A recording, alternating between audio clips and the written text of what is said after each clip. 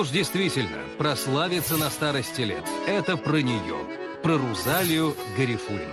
Бабушка из татарской деревни в 73 года записала свой первый диск и стала выступать с концертами.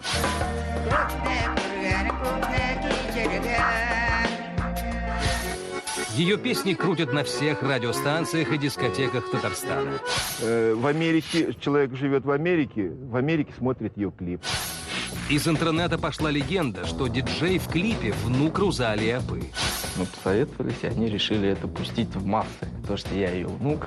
Но без родственников здесь не обошлось. Диск с песнями Рузалии принес диджею ее племянник Жаудат Гальманов, известный в Татарстане продюсер, и попросил обработать, мол, хочет тете подарок сделать.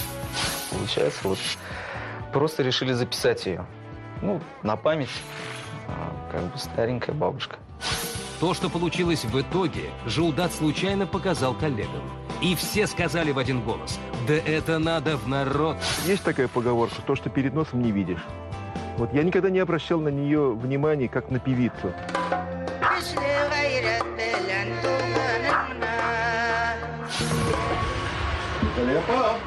Сегодня Рузалии Гарифуллиной 78. Здоровье уже не то, что было. Любимую корову пришлось продать. Тяжело справляться. В хозяйстве у бабушки остались только куры. Но поет она по-прежнему за любым делом и с удовольствием.